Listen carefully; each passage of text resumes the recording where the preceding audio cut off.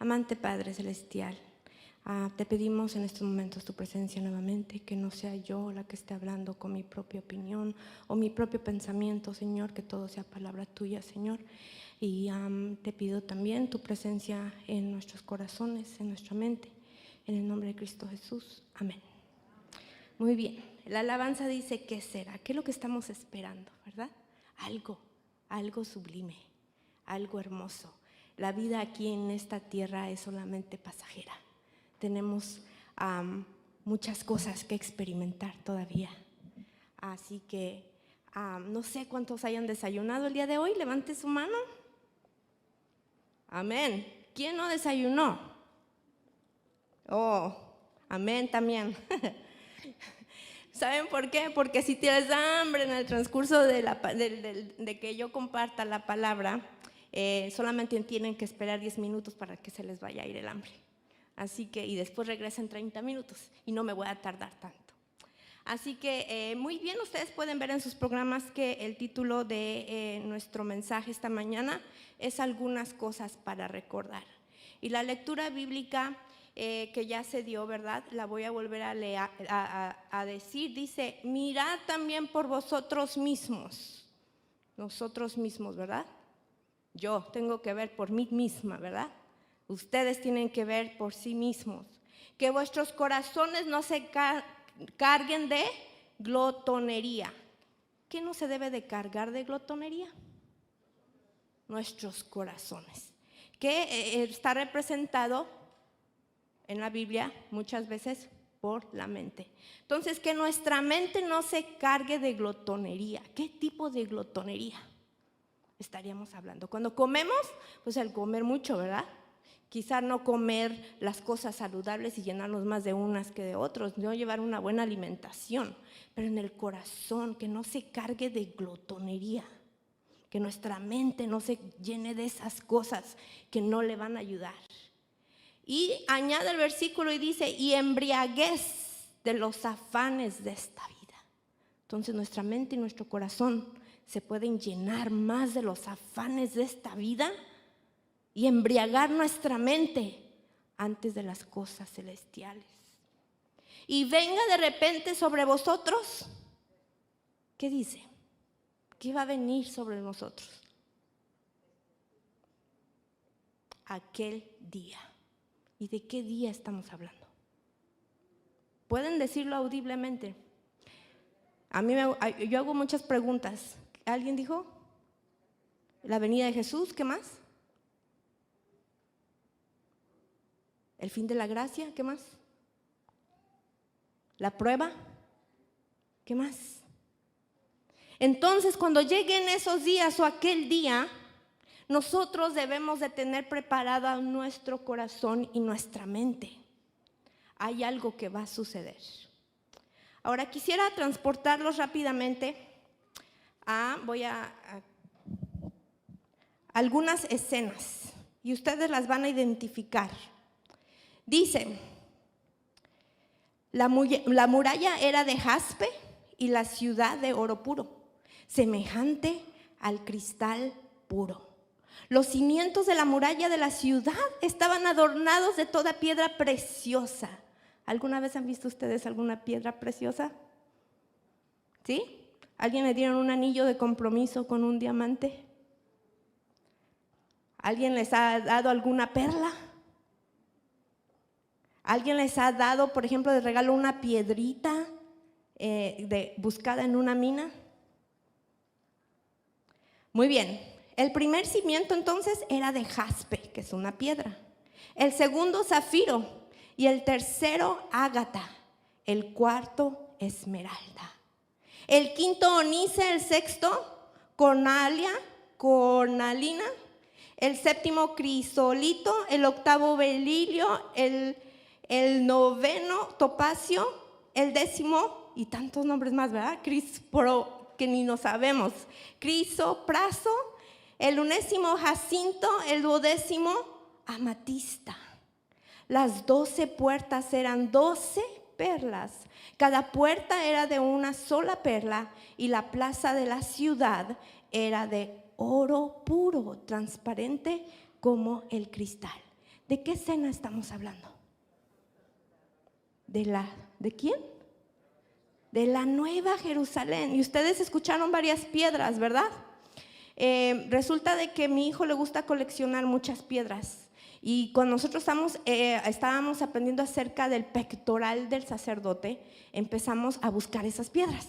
Así que salió el deseo de conocer, y tenemos ya bastantes piedras que están aquí mencionadas. Así que hemos podido ver la esmeralda, hemos podido ver oro, hemos podido ver perlas también, hemos podido, no sé si Jaylan se acuerde de la lista, pero son hermosas. La otra vez buscamos un pedacito de esmeralda pulida.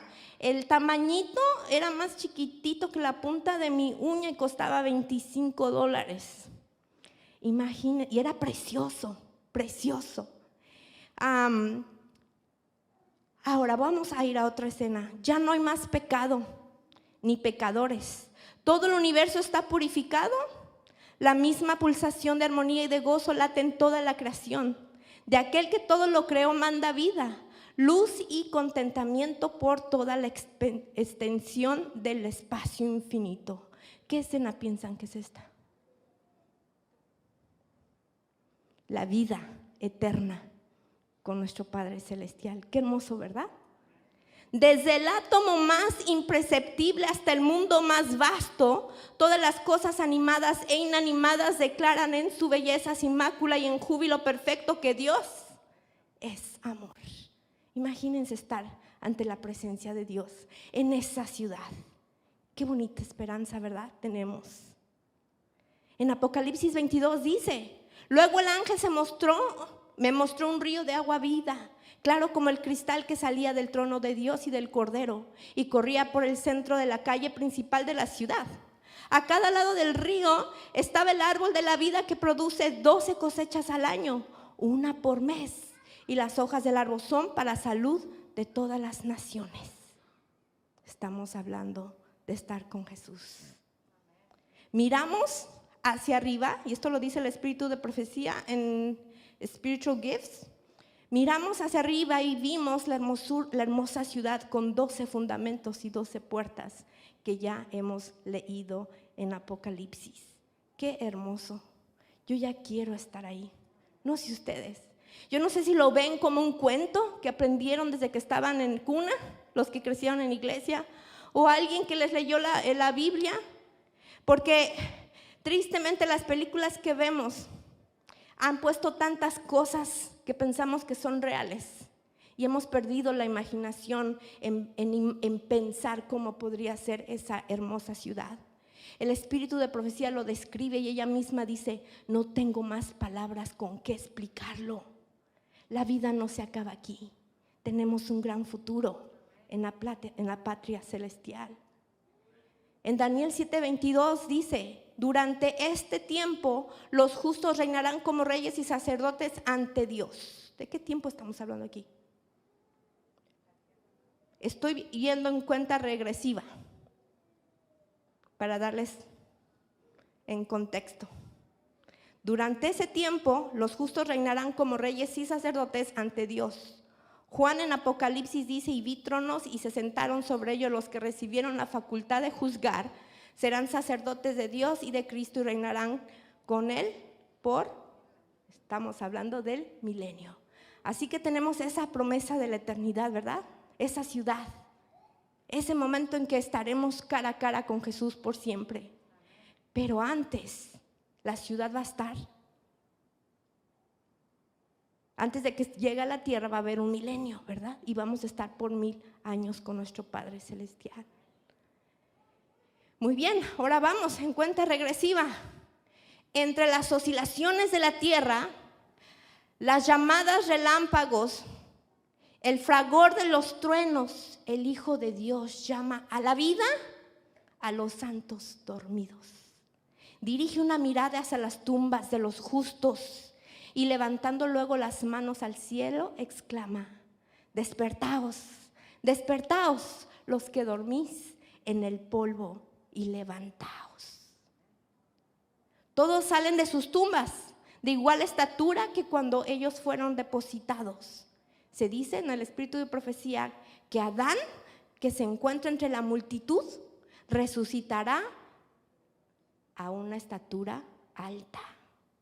Los justos vivos son mudados en un momento, en un abrir y cerrar de ojos. A la voz de Dios fueron glorificados, ahora son hechos inmortales y juntamente con los santos resucitados son arrebatados para recibir a Cristo en las nubes. Y miren qué hermoso. Y esto se lo digo más a los padres. Los ángeles juntarán a sus escogidos de los 4 vientos, desde un extremo del cielo al otro. Así que todos los esparcidos en todo el mundo van a ser unidos y los ángeles van a ayudar a unir a su pueblo. Santos ángeles llevan niñitos a los brazos de sus madres. Qué hermoso, ¿verdad?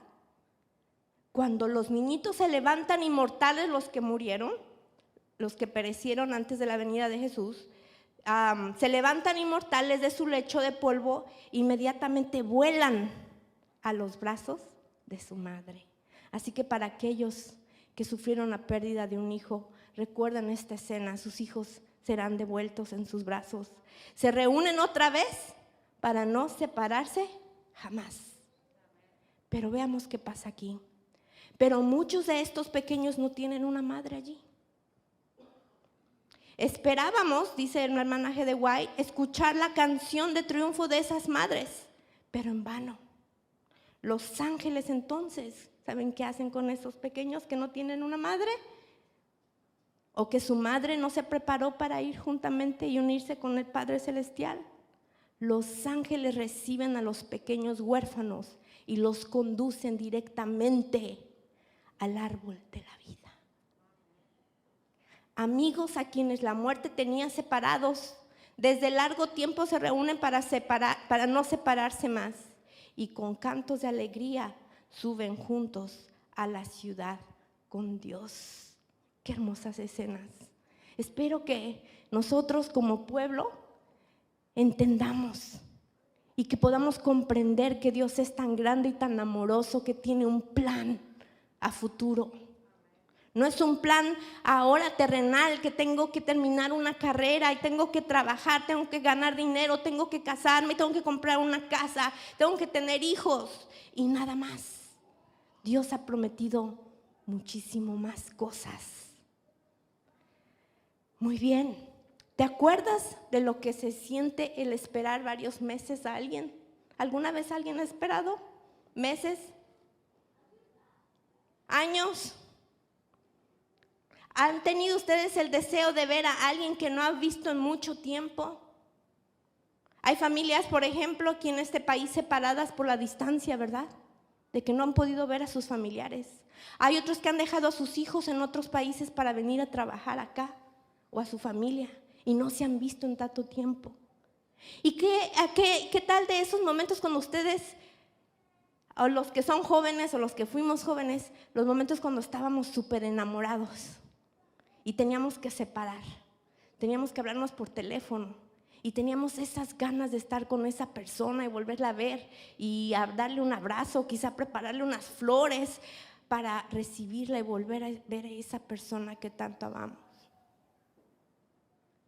Así debería de ser nuestro deseo para volver a encontrarnos con Jesús.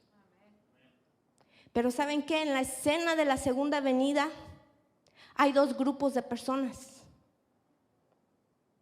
¿correcto? ¿Cuáles son esos 2 grupos de personas que se describen en Mateo 25? Los justos y los impíos. ¿De qué grupo vamos a formar parte?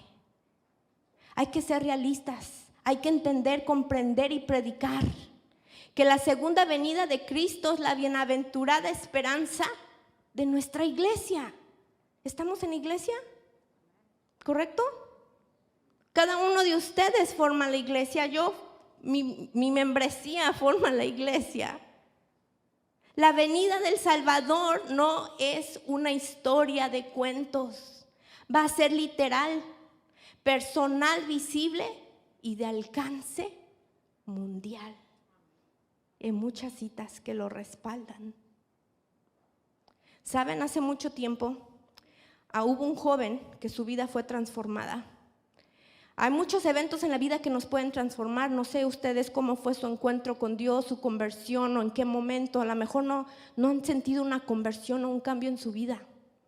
Pero este muchacho se dirigía a la universidad y en el camino, cuando paró, estaba lloviendo, paró y un rayo casi le da.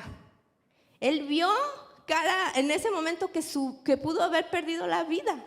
Y le dio tanto miedo, y al meditar en cómo llevaba él su vida, en ese momento le prometió a Dios que iba a meterse a un colegio para estudiar la palabra de Dios y la Biblia.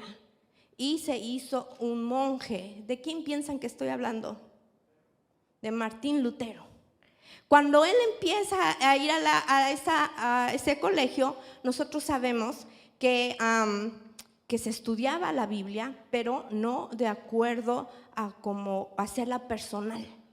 Entonces él hizo de la Biblia algo personal, y al hacer de la Biblia algo personal, hizo a Jesús un Jesús personal.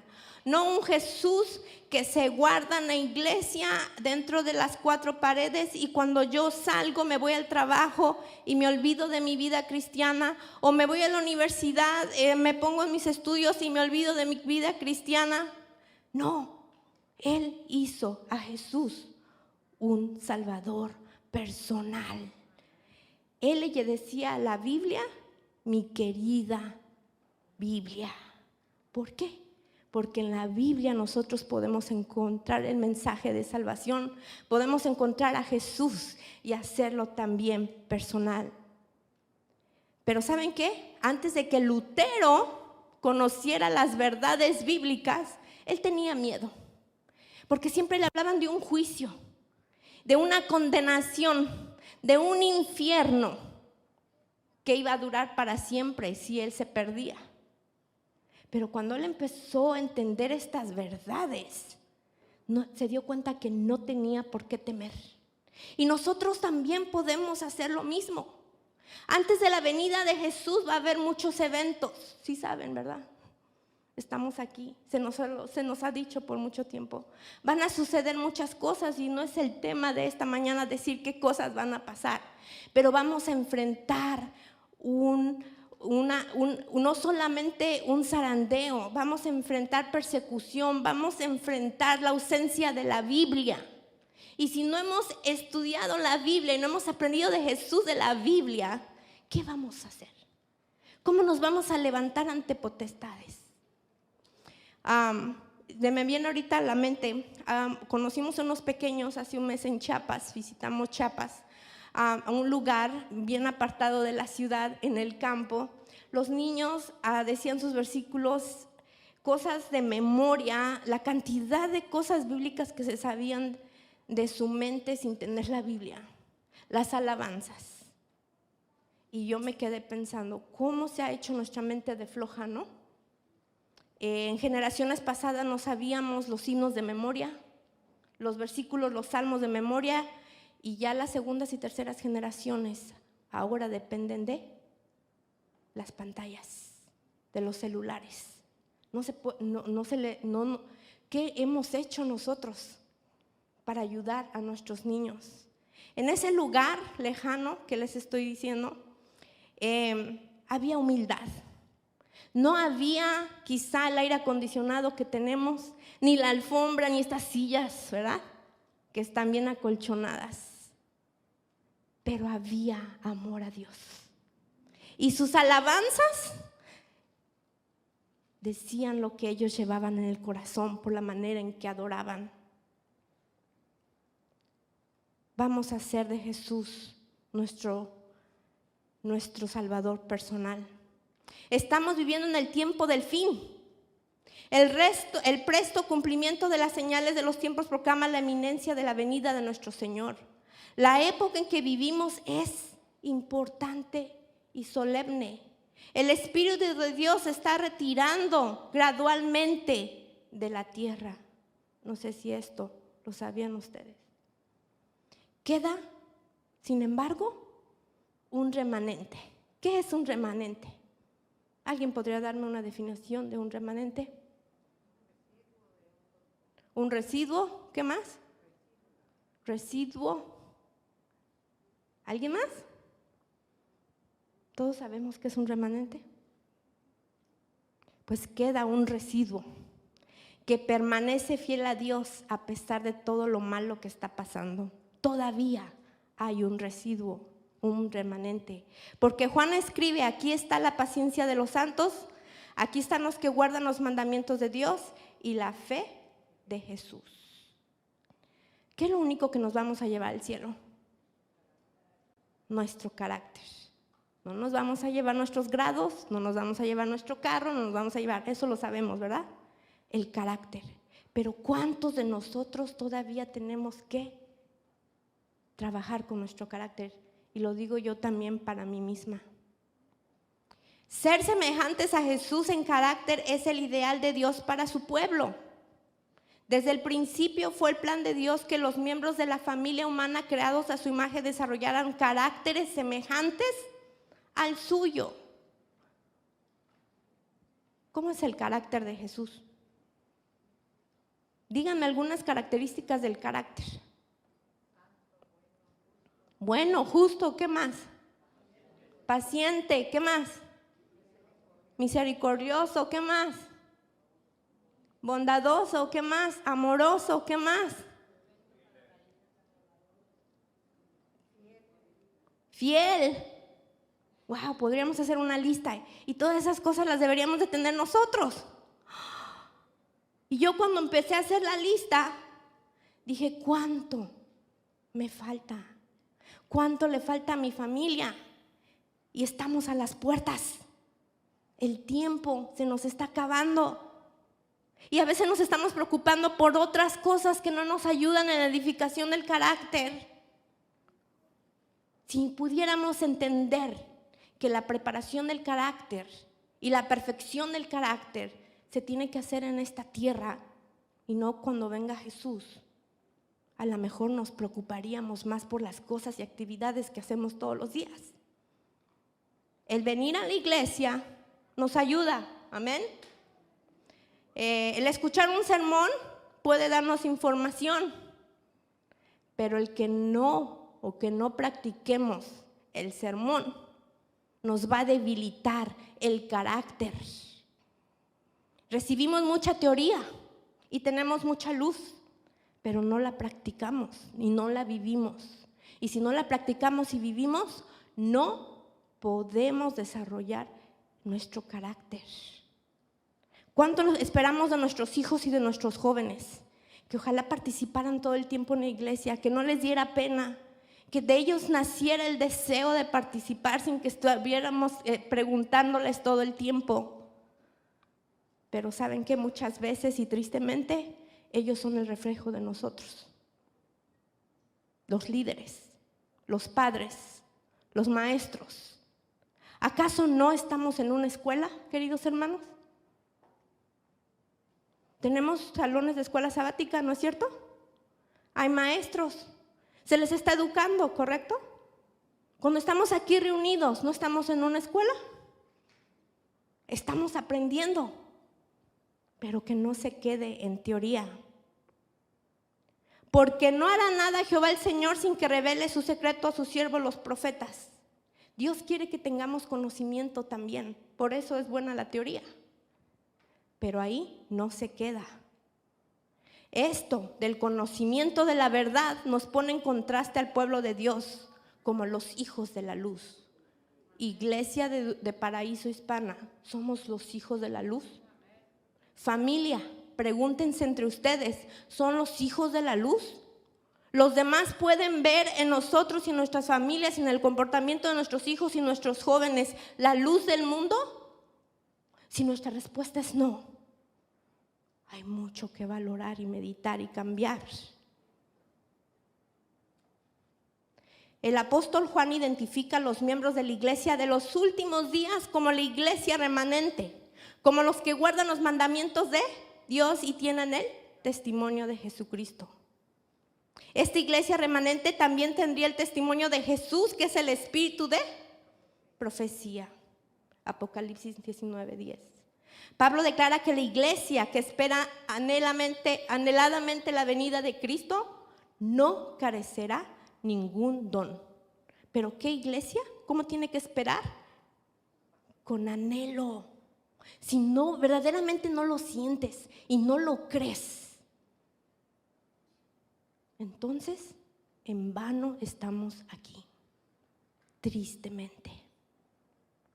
¿Será que necesitamos una reforma radical? ¿O nos quedamos con la reforma que hizo Martín Lutero? Y ya. Qué bonito, ¿verdad? Las 95 tesis ahí pegadas. ¿O necesitamos una reforma todavía? Es muy difícil practicar los principios correctos cuando se dejaron de hacer, ¿no es cierto? ¿Y cómo sabemos cuáles son los principios correctos? Con la palabra de Dios.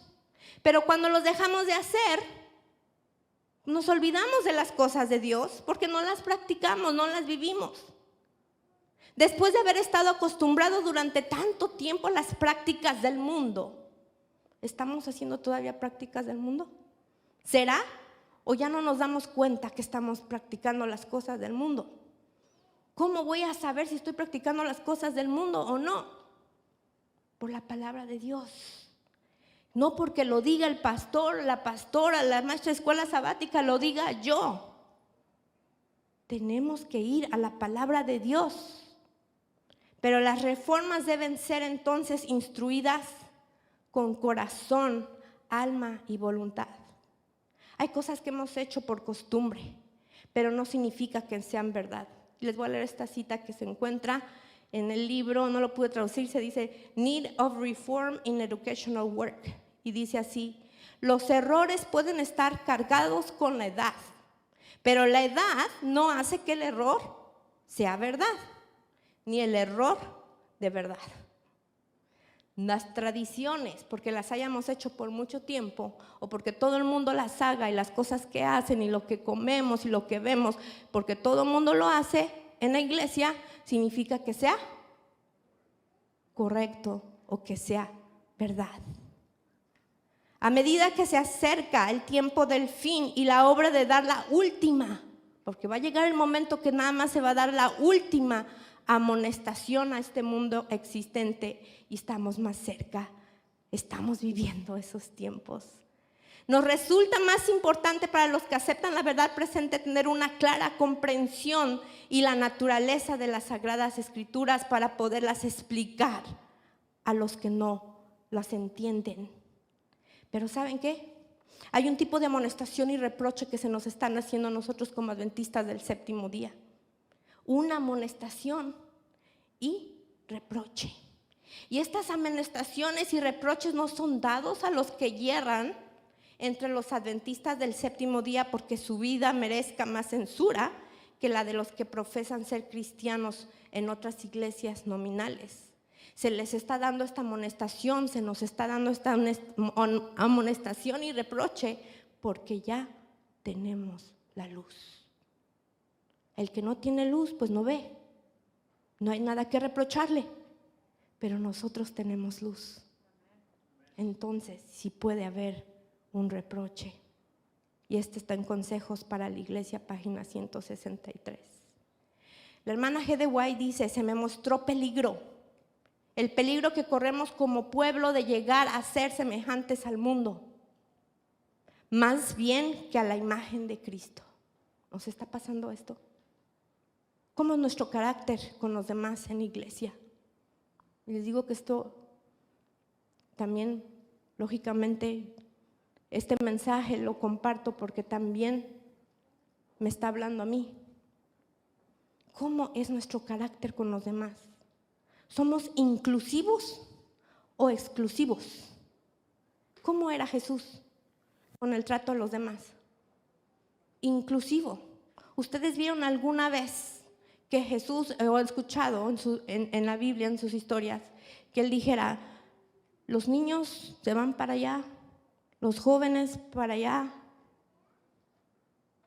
¿O tenía todos al mismo tiempo? Creo que en las sociedades de jóvenes y en el culto divino es el momento en que todos estamos juntos, ¿correcto? Aquí estamos todos juntos.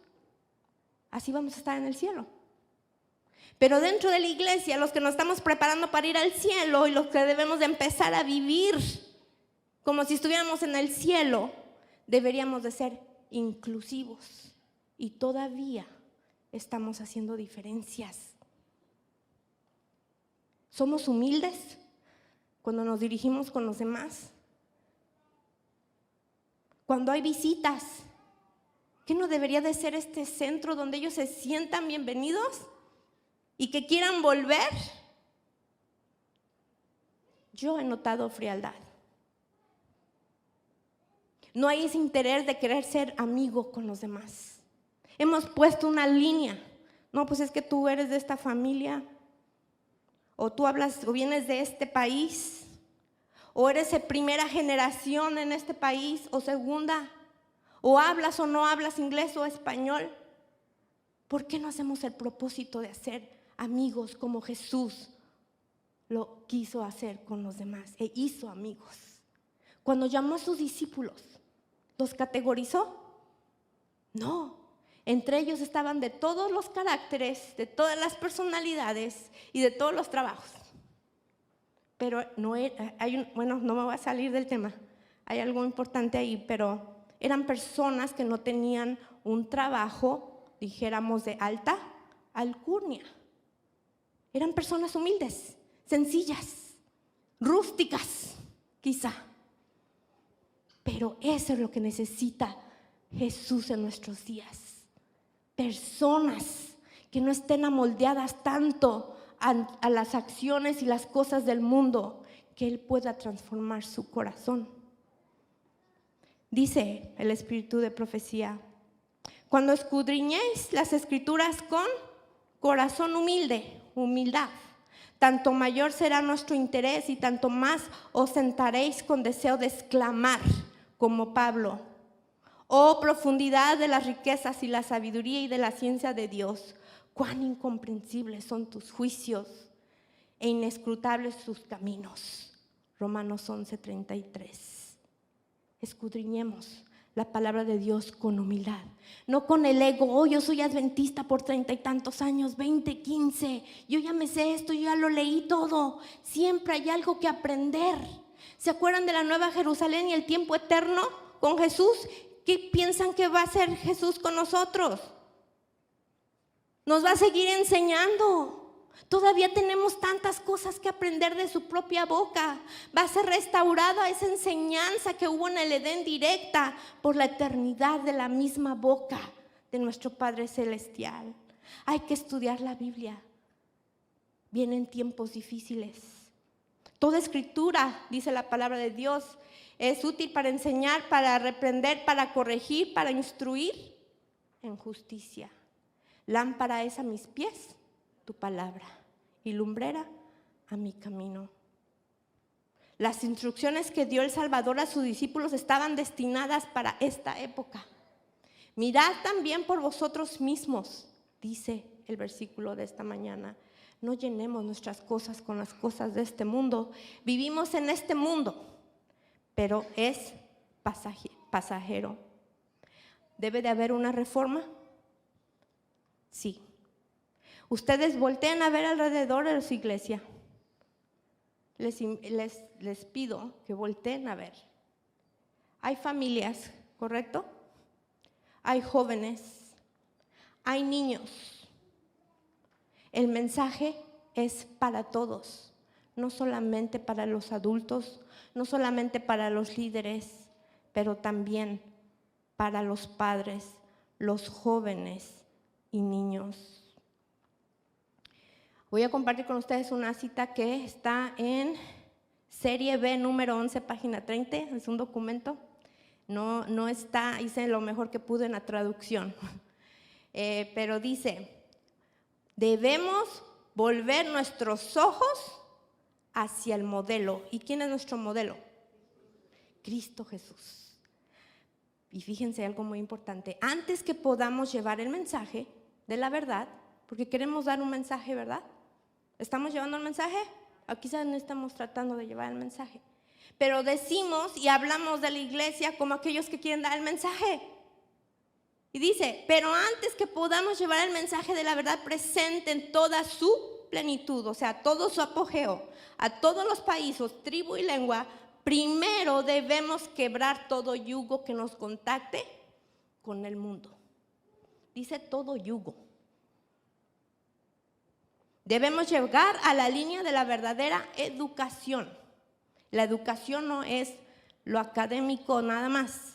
La educación no es para los niños que están yendo a la escuela, no es ese tipo de educación a la que nos referimos. No me estoy refiriendo a un tipo de educación que abarca a todo el ser, a todo lo mental, físico, tanto para los abuelitos como para los tíos, para los sobrinos, para los niños y para los jóvenes.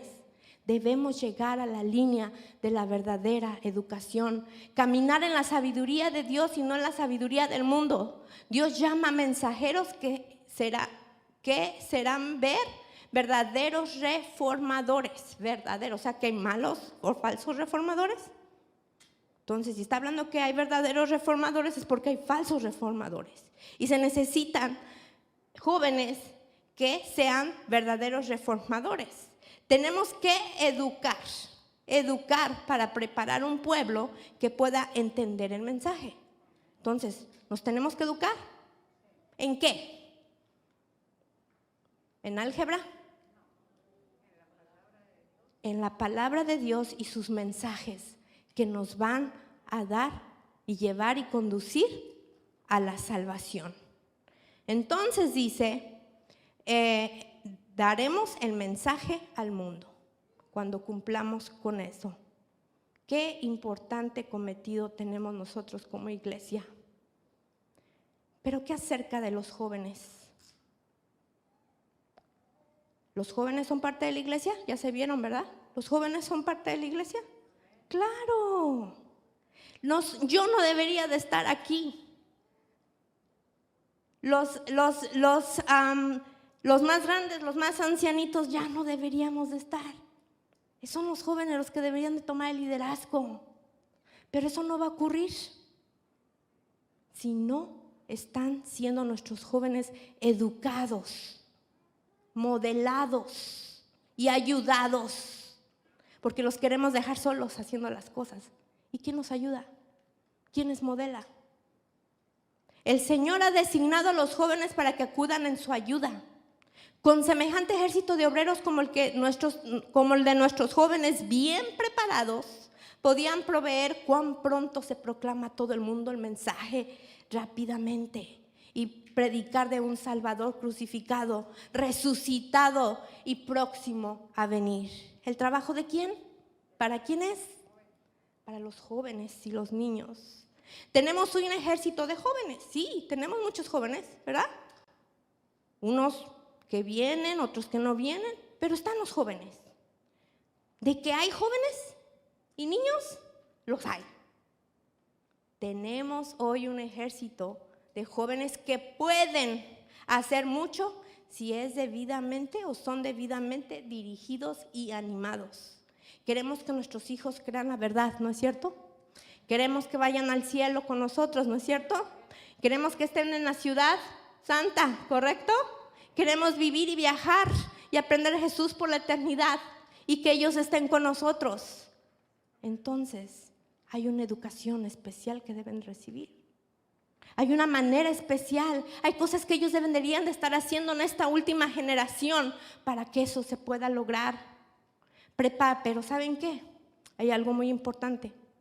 Prepárense todos de la manera que pueden representar debidamente la verdad. Y eso nos está diciendo a nosotros. ¿Cómo estamos nosotros representando la verdad? ¿Y qué verdad? ¿Tu verdad? ¿La que el mundo te vende en las películas? ¿La verdad que te dicen en la escuela nada más? ¿Qué verdad? Y debemos dar la razón y esperanza para ellos. Debemos ayudarlos, acogerlos. Cuando los jóvenes dan su corazón a Dios, no cesa nuestra responsabilidad. Nosotros debemos seguir trabajando con ellos. Hay que enseñarles y prepararlos en la disciplina usando los mejores métodos. ¿De qué métodos? En casa, ¿cómo ustedes ayudan a sus jóvenes y a sus niños a crecer y adaptar y tener esa preparación que los va a conducir al cielo. ¿Somos modelos o somos piedra de tropiezo? Padres, recordarán que la educación de sus hijos desde sus primeros años está comprometida con ustedes como una confianza sagrada. ¿Lo vamos a recordar? Un hogar piadoso bien dirigido constituye un argumento poderoso en favor de la religión cristiana, un argumento que el incrédulo no puede negar. Si los hogares de los profesos cristianos tuviesen el debido molde religioso, ejercerían una gran influencia en favor de estos jóvenes y niños. Serían ciertamente la luz del mundo. La vida en la tierra es el comienzo de la vida en el cielo. ¿Han escuchado esto? La vida en la tierra es el comienzo del cielo. Nosotros ya deberíamos de vivir aquí y practicar lo que vamos a vivir en el cielo. Pero estamos preparados en otras cosas. Nos están preparando en otras cosas. O nos dejamos preparar en otras cosas, menos en los principios celestiales. Padres, líderes, maestros, ministros, no estamos en libertad de enseñar lo que cumplirá con el estándar del mundo. ¿Qué dice aquí? No estamos en libertad de enseñar lo que cumplirá con el estándar del mundo o el estándar de la misma iglesia. La misma iglesia puede tener un estándar y eso no significa que esté correcto, simplemente porque es la costumbre o la tradición. El Señor ha manifestado que una reforma debe ser hecha por aquellos que han puesto la sabiduría humana en el lugar de los oráculos divinos. La sabiduría humana, de la que nosotros quizá estemos llenos de glotonería nuestra humana, es necedad, es tontería, es basura, porque echa de menos toda la providencia de Dios en lugar de mirar hacia la eternidad. Qué triste, ¿verdad? Y esto está pasando mucho con nuestros niños y nuestros jóvenes. Los estamos educando en tantas formas para alcanzar algo terrenal y nos estamos olvidando de la recompensa que se nos tiene prometida, que es la eternidad. Cualquier profesión o negocio en el que ustedes estén pensando que se van a involucrar sus hijos cuando sean grandes, debe de estar dirigida por la verdadera educación. Ya he hablado acerca de la verdadera educación en otros momentos. Sus hijos deben tener la oportunidad de estudiar la Biblia ¿dónde? En el hogar, y si ya van a la escuela, en la escuela. Deberían de tener la oportunidad. ¿Sus hijos tienen esa oportunidad? Los padres deben ser los únicos maestros de sus hijos hasta que hayan cumplido la edad de 8 o 10 años. ¿Qué dice aquí? Y estamos hablando del remanente. Los padres deben ser los únicos maestros. ¿Hasta qué edad otra vez? De 8 a 10 años si es posible. Hay muchos ahora en nuestra actualidad que tienen 2 trabajos, los 2 padres trabajan. Hay circunstancias, ¿verdad? Pero si pudieran los padres educar a sus hijos en las cosas de Dios y tenerlos en su casa, enseñándolos hasta la edad de 8 a 10 años, llegarían a ser como un Daniel, llegarían a ser como un José, llegarían a ser como un Moisés, llegarían a ser como un Samuel, llegarían a ser como un Jesús. Muchos niños se han arruinado por su vida, por mantener el intelecto del mundo y descuidar el fortalecimiento de los poderes físicos. ¿Cuáles son los poderes físicos? ¿Alguien sabe? Los poderes físicos, mentales, espirituales.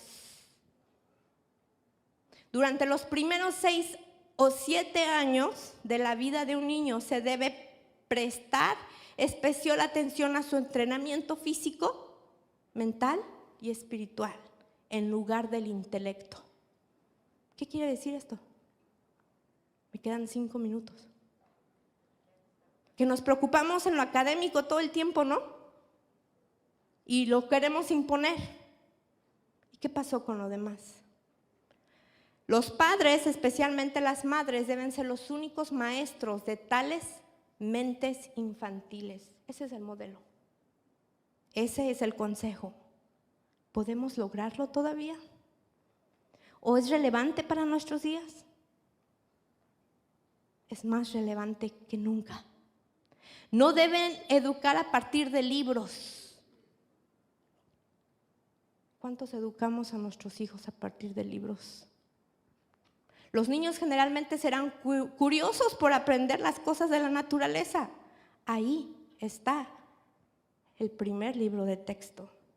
La única aula de la escuela para niños de 8 a 10 años de edad debe estar en el aire libre, en medio de las flores de apertura y el hermoso paisaje de la naturaleza. Y su único libro de texto debería ser los tesoros de la naturaleza. Estas lecciones impresas en las mentes de los niños pequeños en medio de las escenas agradables y atractivas, nunca se les olvidará.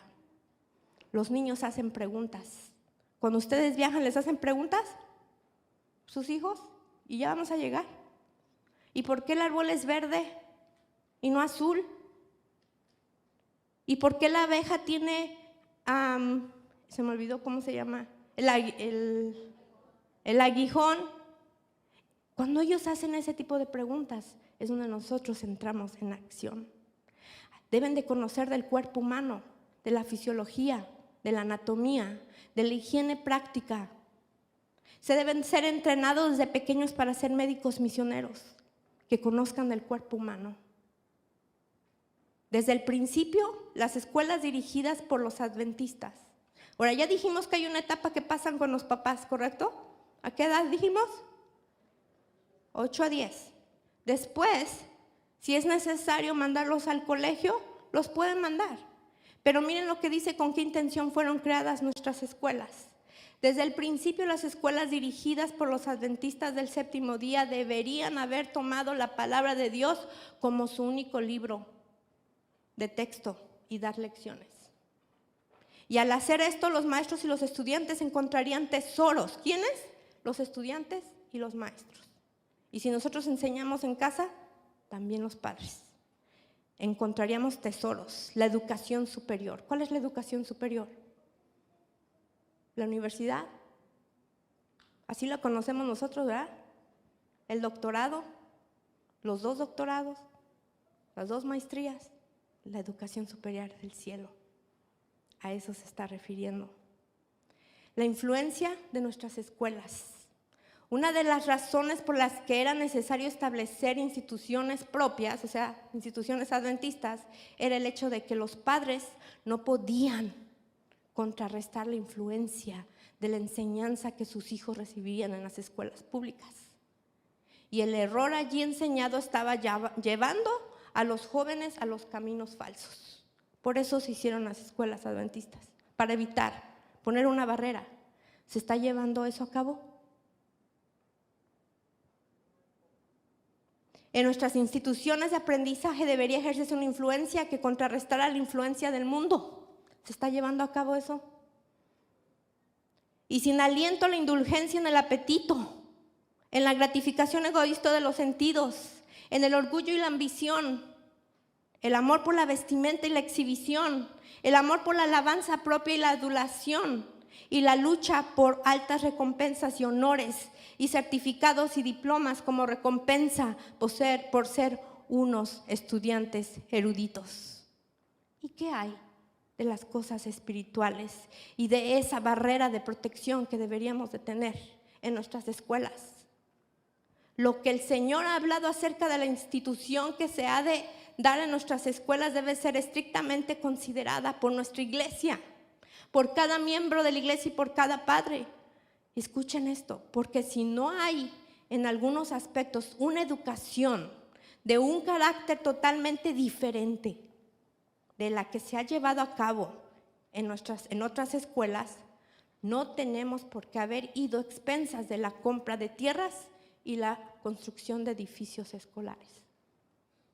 Si no se está cumpliendo el cometido mejor ni se hubiera gastado en un edificio o en la colegiatura o en, no sé, mejor.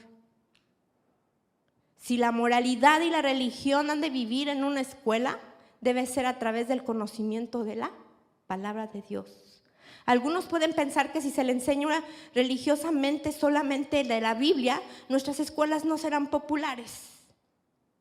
Y los que patrocinan o los que dan una beca ya no la van a dar, porque lo único que se enseña es de la palabra de Dios y no lo ven como algo importante. Muy bien, dice Elena G. de White. Entonces déjenlos ir a otras universidades, donde encontrarán un sistema de educación que se adapte a sus hijos y a sus gustos, y después sus hijos estén alejados de Dios. Nuestras escuelas fueron establecidas no solo para enseñar las ciencias, sino el propósito de dar instrucción a los grandes principios de la palabra de Dios y los deberes prácticos de la vida cotidiana. Hay un plan de educación específico para nuestros jóvenes y nuestros hijos y también para cada uno de nosotros. Hay un problema muy grande en el que estamos nosotros enfrentando en las escuelas públicas, por ejemplo, y ustedes lo saben, ¿verdad? ¿O no?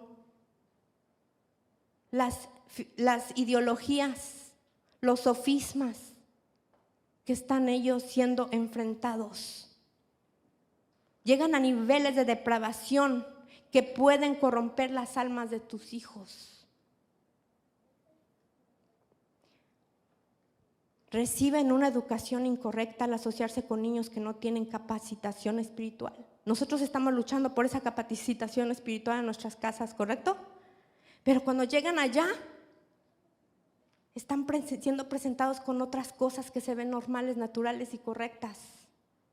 Algunos de los maestros de las escuelas públicas reciben ideas y las dan a sus estudiantes porque las tienen que enseñar así, porque así está establecido en su currículum. Es hora de despertar, maestros, líderes y ministros. En todas nuestras iglesias y donde quiera que haya una compañía de creyentes, debería de establecerse una escuela. Esto lo dijo hace 100 años. O sea que cada iglesia debería de tener una escuela de por lo menos 6 estudiantes, con maestros entrenados para convertirse en misioneros y hacer misioneros. Entonces, ¿cuál es el objetivo? Prepararnos para ir al cielo, pero antes de llegar al cielo hay que tener una misión. Iglesia, somos un centro educativo. Nuestros niños deberían de ser entrenados de una manera muy diferente en la que yo estuve entrenada, de la que mi esposo estuvo entrenado. Educados. Es esencial que los maestros sean educados para que actúen de su parte en la instrucción de los hijos de los guardadores del sábado. ¿Guardamos el sábado? No solo en las ciencias, sino en las escrituras. Estas escuelas establecidas en diferentes localidades pueden conducir a muchos niños y jóvenes a la salvación eterna. Nuestras escuelas deberían de funcionar en los principios de la escuela de los profetas. ¿Cuáles son esos principios? ¿Alguien sabe esos principios? ¿Alguien sabe de la escuela de los profetas? ¿Alguien ha escuchado de la escuela de los profetas? Levante su mano. Tenemos mucho que aprender. Tengo muchísimo más información. Quisiera compartir con ustedes tantas cosas hermosas que nos están llamando a nuestro tiempo. Si la gente animara a la iglesia en que los miembros establecieran edificios con escuelas pequeñas y humildes. ¿Y a dónde nos vamos con nuestras escuelas? A compararnos y a competir con las demás, y son muy semejantes en muchos casos a los del mundo. Por lo tanto, en las localidades donde hay una iglesia se debe establecer una escuela, por lo menos con 6 estudiantes, por mínimo. Se necesitan maestros, querida iglesia. No necesitas ir a la universidad, padre, para educar a tus hijos en casa, porque Dios te va a preparar y calificar y te va a llenar de sabiduría si tú la buscas. Se necesitan maestros, también de escuela sabática. que se esfuercen para eliminar sus tendencias heredadas y cultivadas al mal, que se alineen vistiendo del yugo de la obediencia y por lo tanto dando un ejemplo a los estudiantes. El sentido del deber hacia Dios y hacia sus semejantes con quien se asocian llevará a tales maestros a convertirse en hacedores de la palabra y a prestar atención al consejo de cómo comportarse con los niños. No debemos en este día de peligro aceptar maestros porque ellos han estado en la escuela 2 o 3 o 5 años. Lo que deberíamos de preguntarnos para buscar maestros debería ser lo siguiente, de acuerdo al espíritu de profecía. Estos maestros han buscado con toda adquisición de conocimiento la Biblia y cavado debajo de la superficie en busca de verdad como tesoros ocultos. Muchos maestros están guiando a sus estudiantes por el mismo camino erróneo que ellos.